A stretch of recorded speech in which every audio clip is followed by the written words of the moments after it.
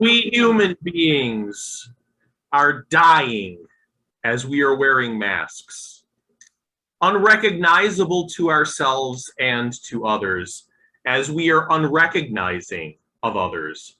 My name is Joseph Suglia, Suglia, and I am here with the marvelous Susan Ibitz. And I would like to map out Nietzsche's history of the future. So we discussed this over the last two lectures. Let me recapitulate. What is Nietzsche's history of the future? The first stage is the death of God. What is the death of God? It means that we no longer believe in the supernatural. It means that we are no longer guided by some imaginary presence that would exist beyond the world that we live in. We no longer believe in etherealities, in celestialities, in aerialities, in nothingnesses, to invent words, sit venia verbo, if you will permit me to invent words. So we no longer believe in anything like a divine superintendence. Although we might think that we do, we don't act as though we do. We have taken the everyday and etherealized it into an idea. And one of the effects of this, one of the causes of this, of course, is the ascension of technology. The neo-technical has a disintegratory effect on belief in anything like a divinity, a god, a creative demiurge. So these days, it's no mystery, it's difficult to theologize and to be taken seriously at this phase of human civilization. Now, there's an obscure word that it's obscure, it's obsolete, but I think it's useful. Invirtuate as a verb. You can find it in the Oxford English Dictionary. INVIRTUATE. To invirtuate means to invest someone or something with virtue. So before the modern age, it was possible to believe with sincerity that people were invirtuated by nature. In other words, it was possible to believe before modernity, before the modern age, that you could pour people into buckets marked good or evil. This is no longer possible. We no longer believe in good or evil. Even if we say that we do, even if we think that we do, we don't act as though we do. We are no longer cloaked in the cerements of the old ideologies, right? So the celestial no longer gives us orders. The ethereal no longer holds sway over our lives. And the now godless human being does not know which way to turn, right? We don't know which way to turn, which reminds me of a song, if you've heard it, by Brian Ferry. We don't know which way to turn, but this is a paraphrase of Nietzsche. After the death of God, we do not know which way to turn. We are disoriented, demystified, disenchanted. We are all nihilists at this stage. So Nietzsche is writing from the position of the adiaphoron. Now, this is an obscure word. I want to explain it. Adiaphoron, it comes from the Greek. A-D-I-A-P-H-O-R-O-N. What is the adiaphoron? It's this neutral space before good and before evil. It's this ground of indifference before the concepts of good and evil germinate. And that's the meaning of the title of one of Nietzsche's most famous books, Beyond Good and Evil. Nietzsche's writing from that place, that arena, before good and evil, beyond good and evil, the adiaphoron. So, but to return to the death of God, God has departed, but his ghost has taken his place, the ghost of God, like a Cheshire cat. Many of you will know the Cheshire cat. The smile remains even as the cat itself dissipates into the air. This is the time that Nietzsche calls the Great Noon, which I will address in just a moment. So what is the Great Noon? In German, der große Mittag. What is the Great Noon? This is the point in human history when human beings are equidistant between the herd beasts and the overhuman, right? So we're no longer the animals of the crowd, the herd animals, the herd beasts, and we are no longer the overhuman, which is how I translate der Übermensch, which everyone has heard about. So humanity has not yet become over humanity. Humanity has not yet developed, has not yet evolved into over humanity. Not yet. At this stage, before humanity becomes over humanity, human beings recognize that all things will have repeated themselves, right? And that life is power, which is the subject of today's lecture. Life is power. What that means is life is agonistic, right? Life is a struggle and is productive of endless dissymmetries, endless divisions, endless separations, right? We'll get to that later. But I want to talk more about the great noon. Okay, now at this stage of human development, the human beast is at the great noon. Again, der große Mittag in German. Humanity is oriented around the meridian, right? And the human beast understands and believes in two doctrines. One doctrine is about time. The other doctrine concerns human existence. So the first doctrine is the doctrine of the eternal recurrence of the same. The second doctrine is the doctrine of the will to power. Now, I've talked about the eternal recurrence of the same in 2 videos already. You can find them on my YouTube channel. I won't go into it too much now, but just briefly. What is the eternal recurrence? It's the idea that time is infinite repetition, and we are waiting for the comeback, the roundabout. We are all riding on a carousel. We're all riding on a merry-go-round, and we're waiting for the changeover, the roundabout, the comeback, the jump back. Parenthetically, I have it here. I'd like to recommend the short stories of J.G. Ballard. I've read all of these stories last month, and some of which concern the eternal recurrence of the same. There's one in particular that I highly recommend that deals directly with temporal looping. I don't know if everyone can see this. Let's see. It's called Escapement by J.G. Ballard. Escapement. And I believe that this story was the inspiration for a number of famous films you might have seen. I don't know if you've seen Groundhog Day, which is all about, temporal looping, moving in a loop. Or if you've seen Run, Lola, Run, the German film, Lola Rent. J.G. Ballard, as usual, was ahead of everyone else. It's the idea that time is a loop. Time is an infinite circle. Anyway, at this stage, we recognize that the world is not ending. Everyone these days is talking about the end of the world. No, the world is not ending. The world has already ended and has already ended eternally. The world has died and has been resurrected and will die and will be resurrected and will die and be resurrected again and again and again. Now, the question is, what do we do before the next turnaround? So, to get back to the trajectory of the history of the future, Nietzsche knew and knew well that the overhuman is only possible on the condition of the death of God, and thenceforward into nihilism, right? Belief in nothing. And he knew that the overhuman will have thought that all things on earth will have been repeated again and again and again. And he knew that the overhuman will believe not in good and evil. So the overhuman will not believe in good or evil, but in gradations of power, right? In degrees of power, in nuances of power, in shades of power. For the entire world is bound up in relativities of power. Now, this gets me to the main point, derived from Nietzsche. Christianity mistypes pride as evil, right? So evil is the word that Christianity gives to pride. Many of you know this, I'm sure. Christianity calls pride the deadliest of all sins. But pride is born within us.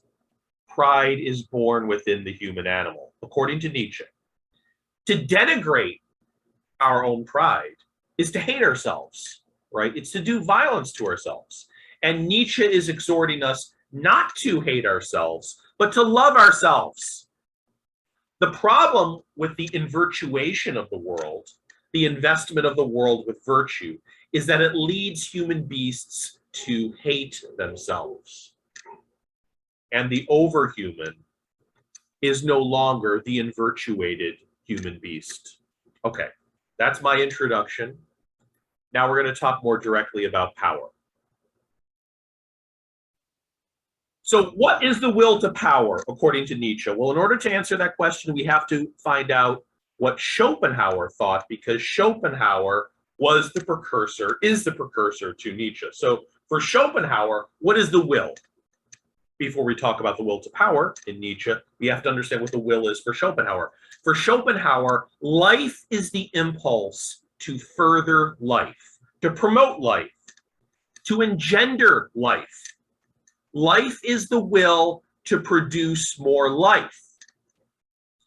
The will, according to Schopenhauer, what Schopenhauer calls the will is not what we mean by the will. No, the will is the will to life. The will is manifested in the body, but is not reducible to the body. The will surges in the body, which is the objective form of the will. Now, the will, what Schopenhauer calls the will, is just this force of nature that is inside of us to replicate the human species. That doesn't mean it's the libido, although Freud understood it that way. This is not just the impulse to make babies and continue the human species. It's part of it. That's a huge part of it. But think about an architect, right? An architect builds buildings or plans buildings that are then built, right? Doesn't an architect look to future generations? What about an artist who paints a painting? Doesn't that artist, whether he or she admits it or no, or not, doesn't that artist want one's work to be appreciated by future generations? What about the farmer? What about a celibate farmer? The farmer might not have children, which might be rare, I don't know. But the farmer produces agriculture that will create the conditions for future generations, right? Think of agriculture, education, architecture, art. All of these things are not necessarily the reproduction of human beings in the literal sense, but they create the conditions for a future humanity, future generations of humanity to survive and to thrive. So the will, according to Schopenhauer, pulses and propulses throbbingly within us. The will is the propulsive, pulsating, throbbing, palpitant drive to continue life by replicating life, okay? That's what the will is in a nutshell for Schopenhauer. Now, Nietzsche goes much further than Schopenhauer. Schopenhauer thinks that the most fundamental will is the preservative will, right? The will to preserve the human species. And there's some merit to that way of thinking. Schopenhauer's will is the will to survive, and for the whole of one's species, the entirety of the human species to survive. But in order to survive, and this is Nietzsche, one organism must benefit at the expense of another organism. One organism can only sustain itself at the cost of another organism. Therefore, the will to survive, is only epiphenomenal. It's only superficial. It's only secondary. The drive to preserve one's own life is nothing more than a function of the will to overcome other organisms, right? The most fundamental will, for Nietzsche now, not Schopenhauer, for Nietzsche, the most fundamental will is the will to overcome other organisms. And this is what Nietzsche terms the will to power, in German, der Wille zur Macht. Der Wille zur Macht. For Nietzsche, the life will is nothing more than a subdivision of a much greater will, a much more expansive will, and that is the will to power. What is the will to power? The will to overpower and to assimilate other beings. Not merely the will, not merely the impulse to continue life, but to intensify life, to enhance life, To expand life, that is to say, the most fundamental impulse is to aggrandize, to accumulate, to arrogate to oneself, to absorb, to assimilate. Okay. We are all agonists. What is an agonist? An agonist is a fighter, a wrestler, a struggler. We are all agonists who participate in the struggle for existence, whether we want to or not, whether we are conscious of it or not. And we are puppets. All of us are puppets.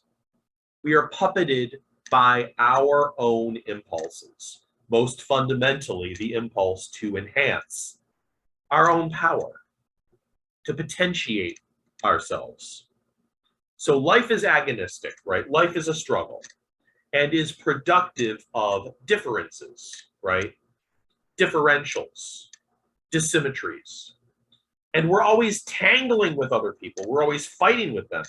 We're involved in a fractious conflict with other people, with other organisms. This is life in its most basic configuration. Now, I know many of you are crying out for me to start quoting the text. I'm going to do that in just a moment.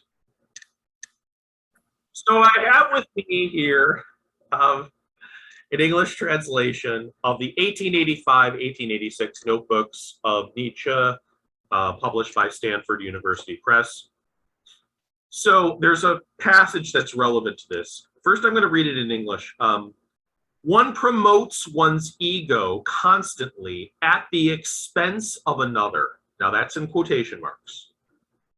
Life always lives at the expense of other life.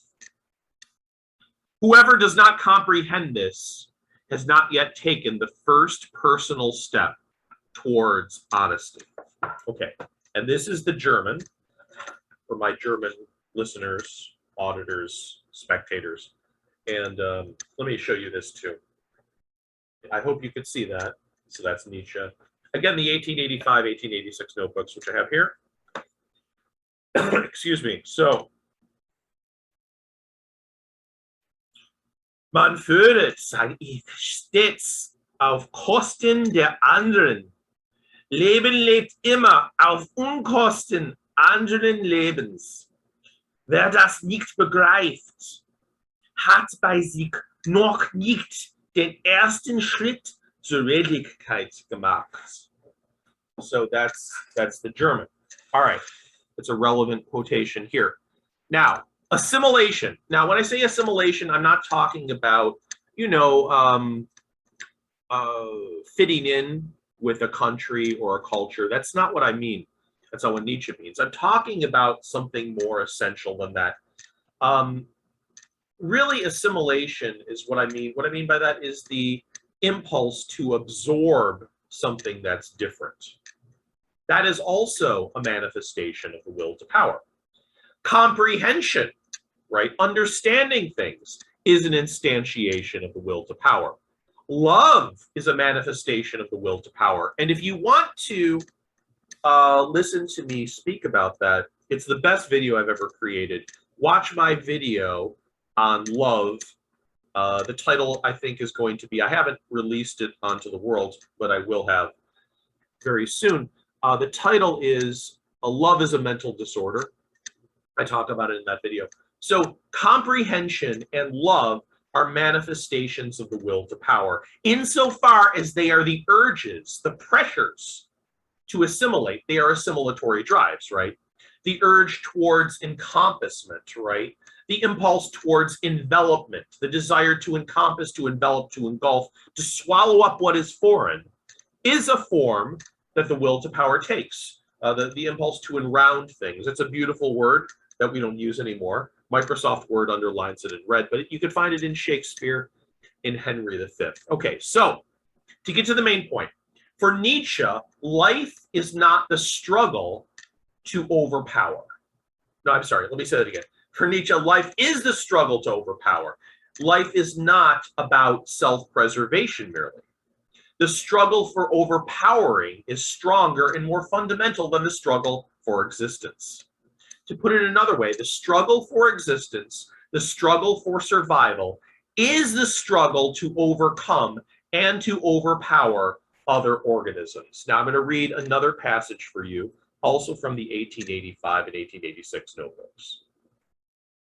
Returning now. Here's a quotation from the 1885 manuscript, 1885, 1886 notebooks. Self-preservation only as one of the consequences of self-expansion, of one's self, question mark. In German, Selbsterhaltung nur als eine der Folgen der Selbsterweiterung und Selbst. So there you have it. There you have it. So the will to power is below consciousness. It's not on the conscious level. We misinterpret our own motives and our own drives, which are far stronger than we are. We deceive ourselves about ourselves. Now, you can see here that there's a line that could be drawn from Nietzsche to psychoanalysis.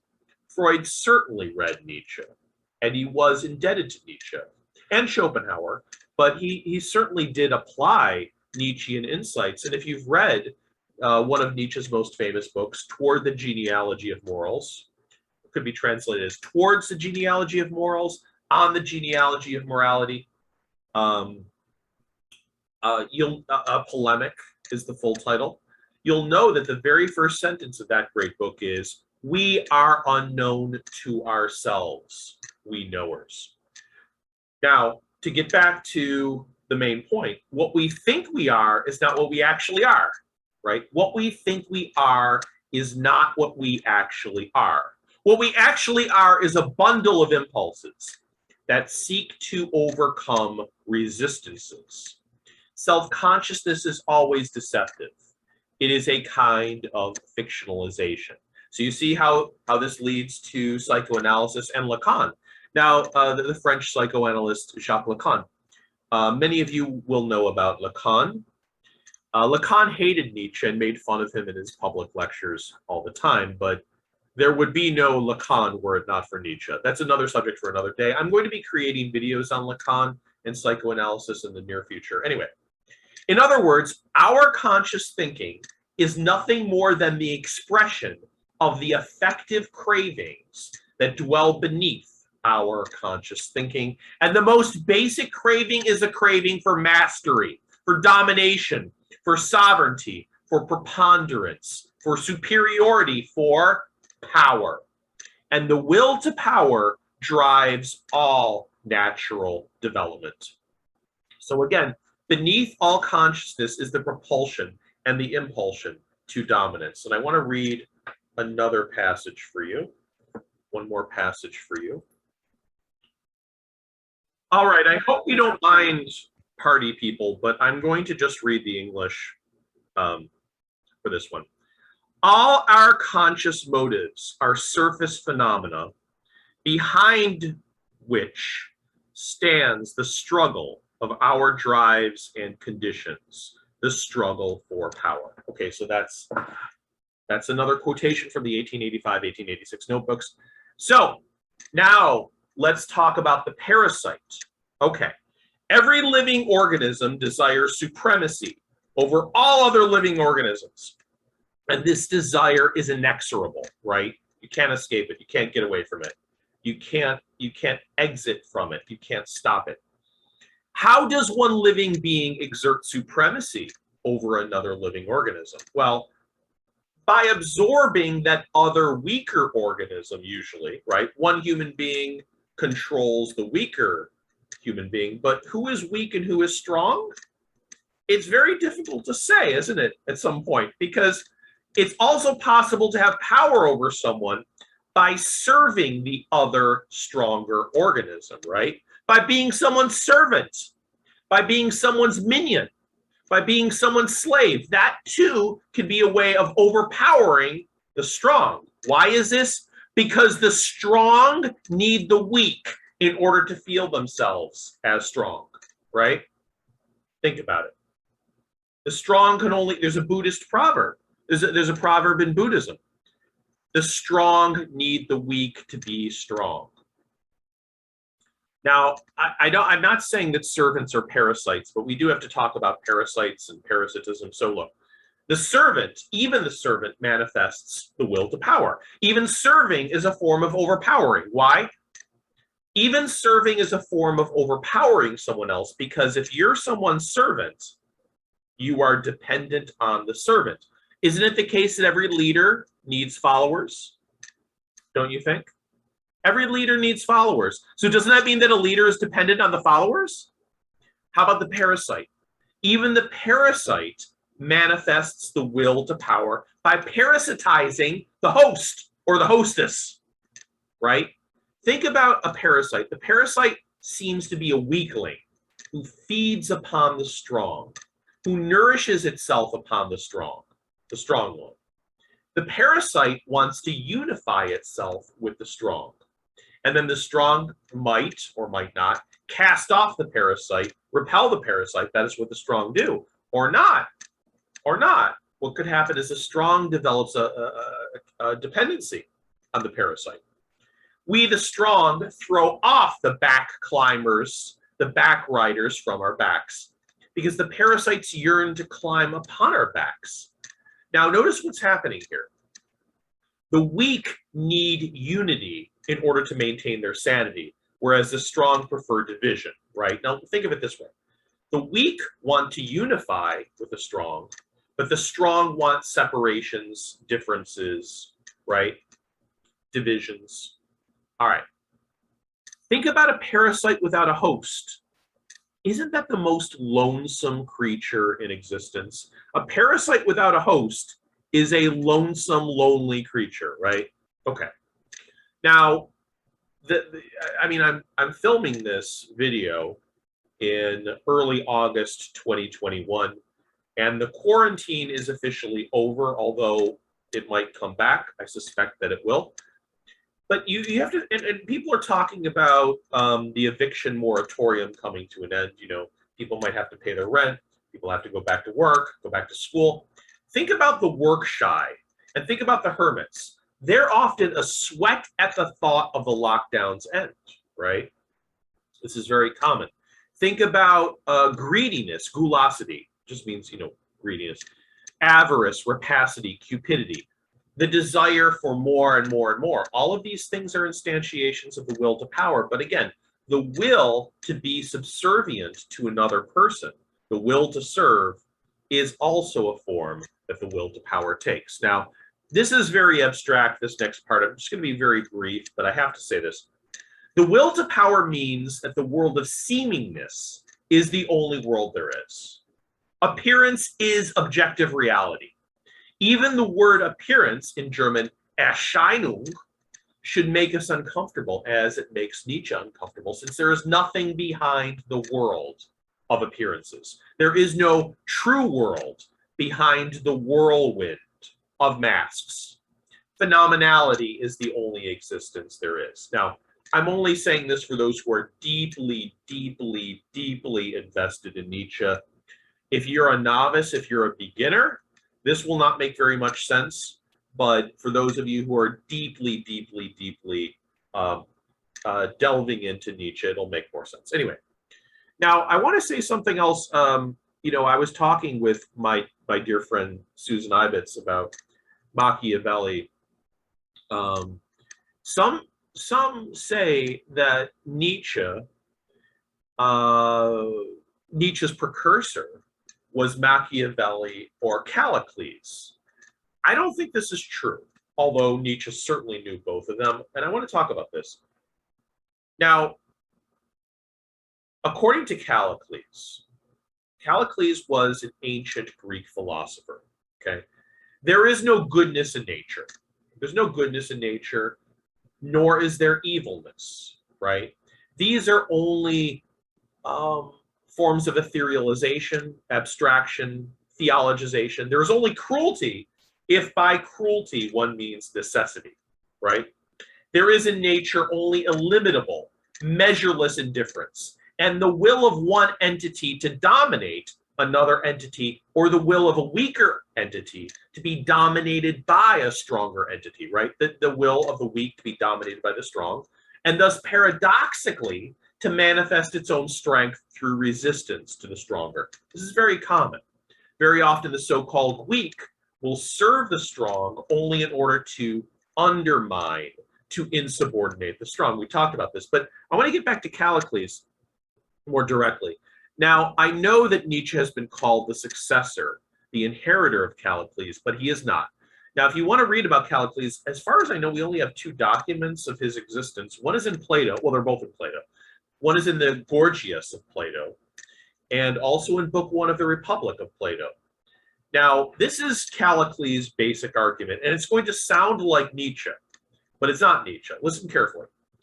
Observation of nature shows us that there are only 2 kinds of people and 2 kinds of beings, organisms, entities, the predators and the prey, right? There are those who eat and there are those who are eaten, right? There are those who devour and those who are devoured. All of nature is predation, right? Nature in Greek is physis, okay? So the strong prey upon the weak in nature, right? This is the free right of the stronger, the Faustrecht der Freiheit, to quote Schopenhauer, which is also the title of a film by Fassbinder from 1975, who loved Schopenhauer, but that's another subject for another day. So, but to get to Callicles, nature has its own justice, and this is the only justice that matters. The exploitation and the persecution of the weak by the strong, and the strong have the natural right to rule, to dominate. Now, I know this might sound like Nietzsche, but it's a misreading of Nietzsche. This is not Nietzsche. This is not Nietzsche. Nietzsche never writes that we should dominate others. He just says, if you look at human beings, this is usually what happens.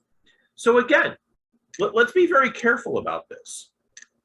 There's a difference between what is and what ought to be, right? What is just what's happening, it's reality. What ought to be is, for lack of a worse word, ethics. Nietzsche is not saying that we should dominate other people. He never says that. He never says that. He just says that this often happens in nature. So Nietzsche is not Callicles. He's not Machiavellian. He's not Machiavel. He's not a Machiavel. He's not a philosopher of evil. Not at all. Nietzsche never suggests that stronger human beings should dominate weaker human beings, only that they often do. So in other words, his argument is a descriptive one, not a prescriptive one. All right, so we're back with